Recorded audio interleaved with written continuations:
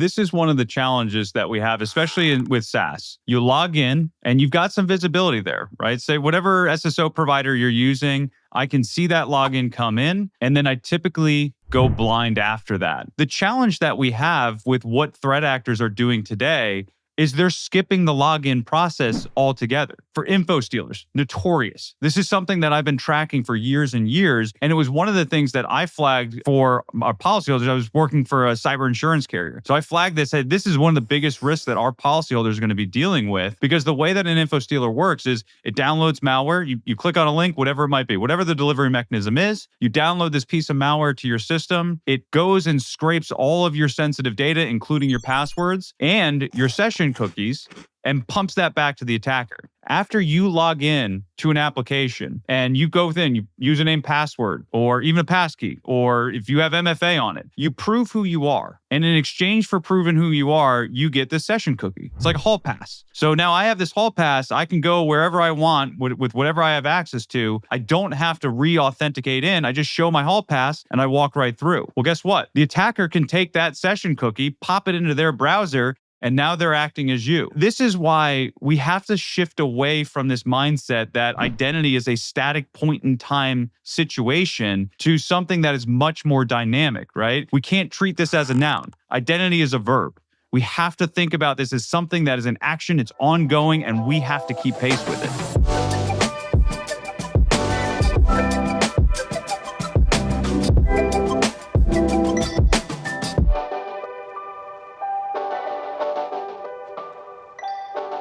Hey, talking identity here today with Jason Rebholz of Evoke Security.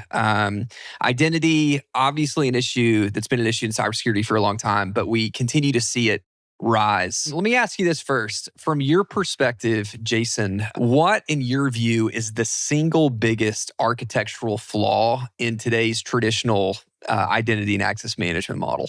Is there a single biggest flaw? I gotta say, it's just disjointed.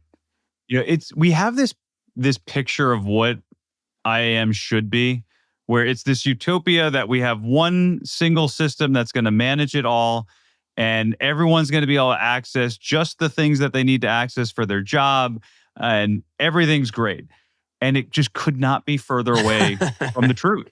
And this is not for trying, by the way. Sure. Right? Like this is when I was a CISO, it was one of the biggest projects that we had to run to get our arms around least privilege. It's a manual effort. It's a lot of just blood, sweat, and tears to get your arms around what it is, to bring in the right tooling to manage it. And then you realize I'm only managing a certain percentage of my identities in the first place. Yeah, sure. Right?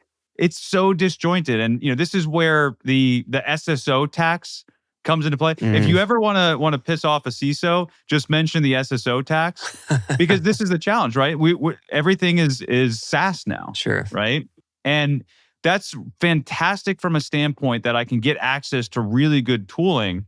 But when I have to go pay an enterprise license just to tie that into my single sign-on solution, well, I can't always get that budget, and it might not be my budget. It might be marketing's budget. So now I have to go and tell them, hey, what you budgeted, you're actually going to have to add 20% now, because you have to get this specific version of it to unlock SSO so we can keep this together. And so, I had a situation in my last environment where 80% of the SaaS solutions we had, we couldn't tie into SSO. And so then we had the decision, do we have to get rid of it? Do we have to pay additional cost for it? So it's this disjointed nature. It's really, really difficult to get everything on the same page. I totally get that. In some of our earlier conversations, Jason, you used this analogy about an attacker teleporting into your car.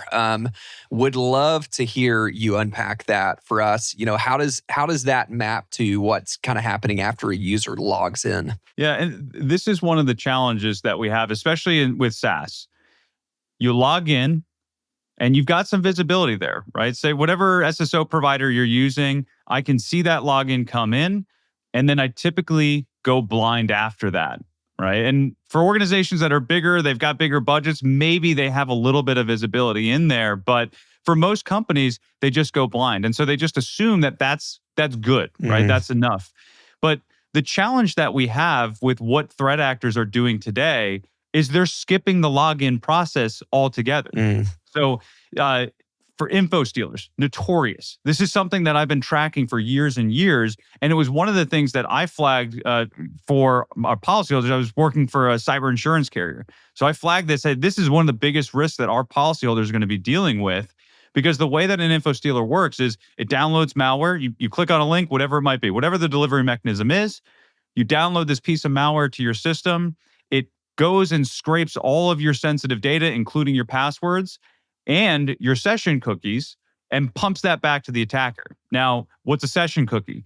Well, this is after you log in to an application and you go within, you username, password, or even a passkey, right? Or if you have MFA on it, you prove who you are. And in exchange for proving who you are, you get this session cookie. It's like a hall pass. So now I have this hall pass. I can go wherever I want with whatever I have access to. I don't have to re-authenticate in. I just show my hall pass and I walk right through. Well, guess what? The attacker can take that session cookie, pop it into their browser, and now they're acting as you. So that's them teleporting straight into your moving vehicle that you've already taken out of the garage and you're driving down the highway. Now, all of a sudden, the attacker's in the car with you and they can see everything and do everything that you can. And so this is why we have to shift away from this mindset that identity is a static point in time situation to something that is much more dynamic, right? We can't treat this as a noun. Identity is a verb. We have to think about this as something that is an action, it's ongoing, and we have to keep pace with it. Identity on the rise, malware, flat, if not declining a little bit. What is the driving factor, in your opinion, behind this strategic pivot from attackers towards credential-based attacks? So there's a few different things that really have culminated together that have made this the perfect time for attackers to shift their focus. First of all, every company is using some sort of SaaS-based technology. And how do you get to that? Through an identity, yep. Right? In the older days, you may have had to have a backdoor in an environment, a piece of malware that allowed you to get access in. But now I can just get access to credentials for any user or an admin user, and I can access everything they want. And that's also my vehicle to get straight into the environment, right? Whether for remote access. So you have that culmination where there's just more available via the identity than there was even 10 years ago. And you also have the security defenses on malware protection going up, right?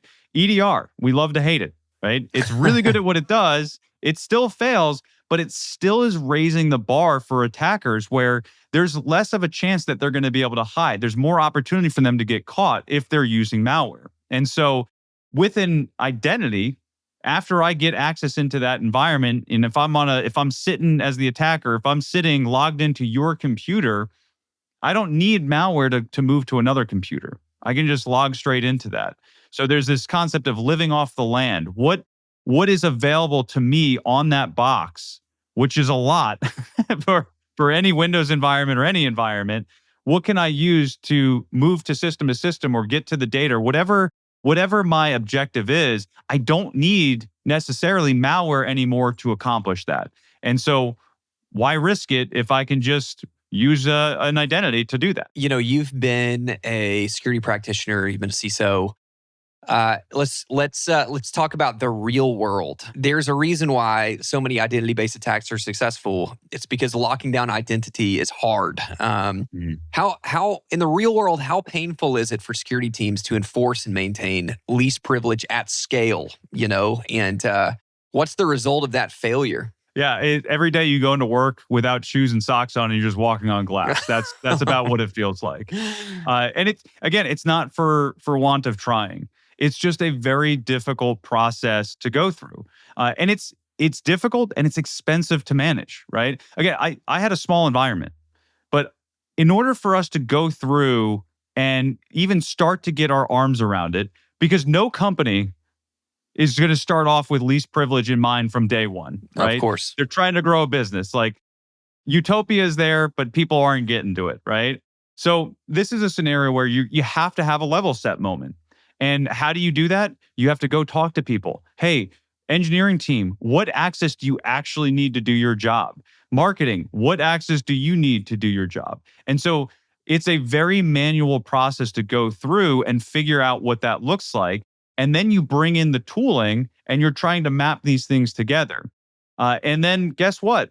That's not static, right? Identity is a verb. It's not a noun. It doesn't stay put.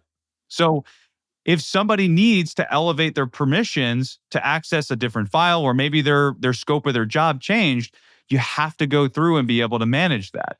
And so all of these things mean time, attention, and technology that you have to invest in to make this work. And it's usually the thing that breaks first where people get lazy. It's in a perfect world, we're supposed to do access reviews every year, and you send the list over to the managers and say, hey, does so-and-so still need that? Let's be honest, they're not going out of their way to figure that out. Even if a manager has to approve an escalation, so, John in finance needs to get his account escalated to access something, the manager's not going and asking them questions on whether they actually need that. They're just approving it. Like that's the reality of the situation. And so you're really fighting an impossible battle here.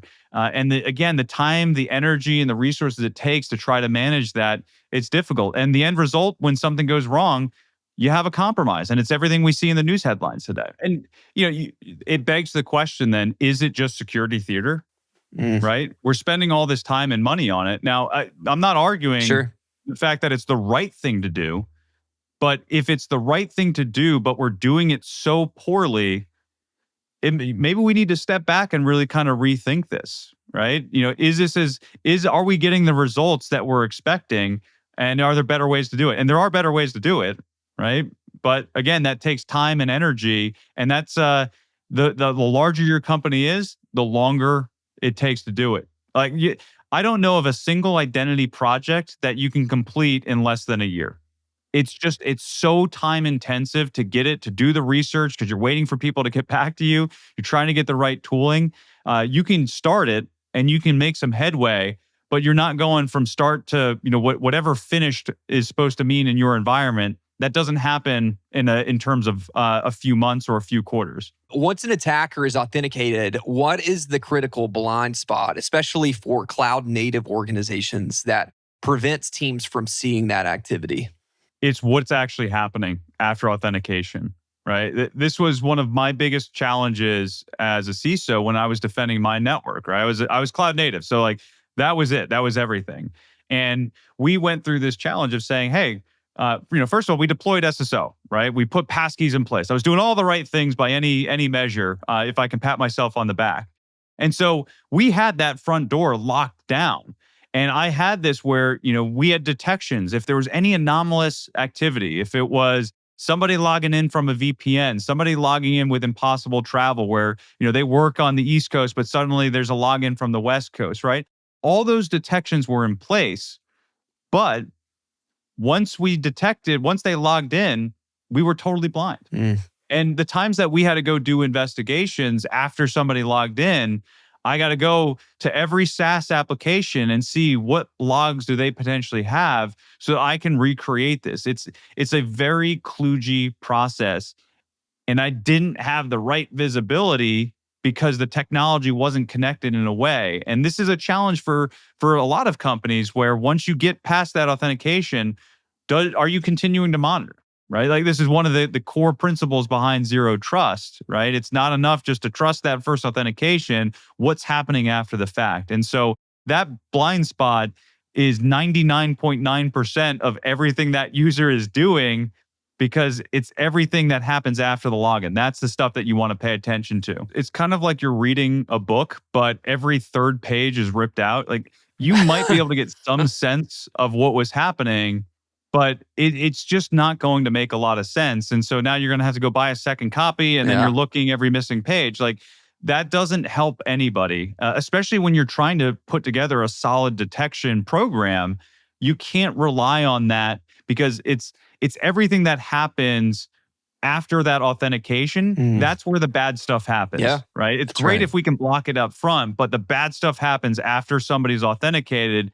And if that's the attacker and you don't have that visibility, that's an issue. How are modern attackers bypassing these foundational security controls? we all like to say that MFA is the best defense, and I will die on that hill. But MFA is not created equal, right? And so when we have MFA defenses like a push-based notification to your phone or a one-time password that you're typing in the 6-digit whatever, attackers can phish that.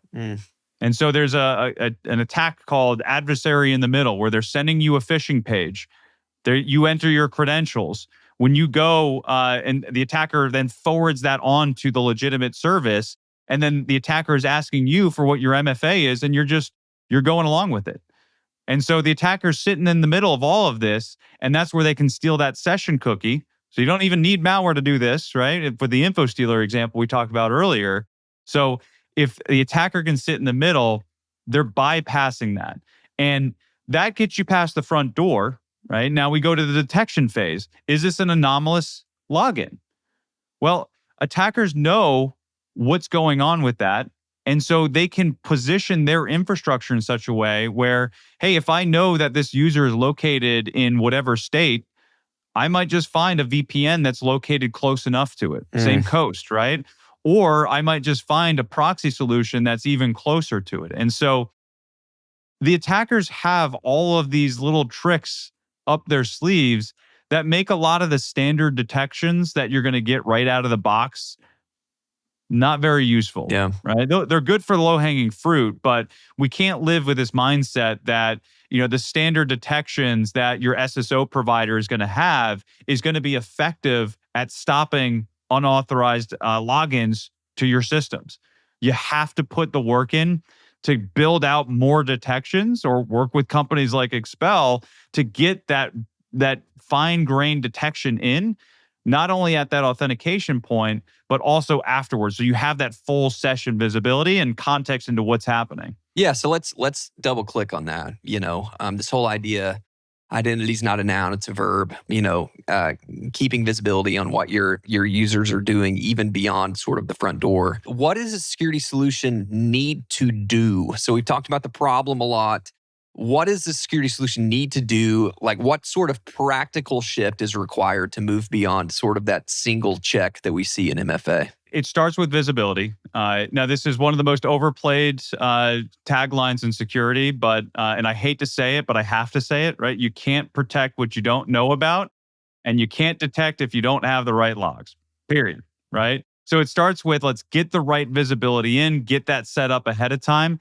You got to have your right detections at the gate, right? I don't want to diminish that at all, right? You have to have the right protections at the gate.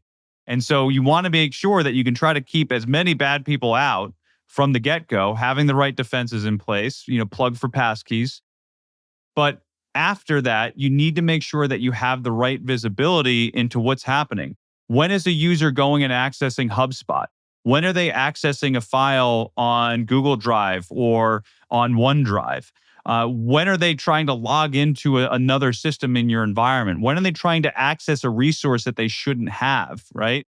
Those are all these different detection things that you've got to understand what's normal for that user in the first place, and then have that detections to start to surface some of these things that are going to be unusual.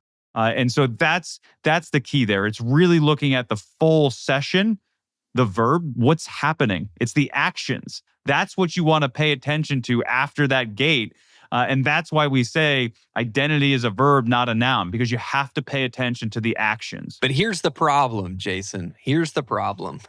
We've got lots of security tools. We've touched on this already, but security tools for identity, security tools for endpoint, security tools for cloud. We've even got IoT security tools. There's security tools everywhere because security problems never end. A new technology pops up. There's a new hole to plug. The problem is a lot of these tools don't talk to each other. So this whole idea of fragmentation, how does that undermine the effort to detect that attacker hiding in a compromised environment? Yeah, it goes back to our book analogy, right? If every third page of my session is missing, I'm missing out on detection opportunities there, right? And so, this is going to come down to how do you correlate all of the activity from what's happening in the environment into one area, stitch that together so that you have true visibility for you these detections. That's the only way, right? And so if you don't have that, you're dragging a lot of old baggage with you, and you're not going to have a successful detection program. Because to your point, right, it's very fragmented, and if I'm missing every third page, I have a potential of missing the exact point in time where I would have detected an attack had I had that visibility. All right, so let's talk about the future. I know you like to talk about AI and how AI is having an effect on the world, cybersecurity specifically. So talking about the future, talking about AI, AI's impacts on cybersecurity.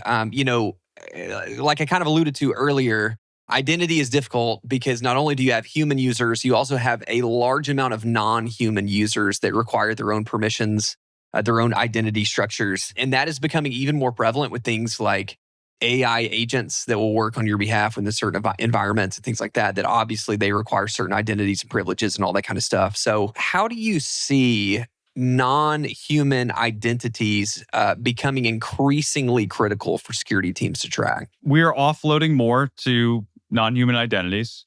When we talk about agents, there's some debate on where this is going to go, whether it's acting on your behalf under your user, but I'm of the camp that it's going to be another NHI.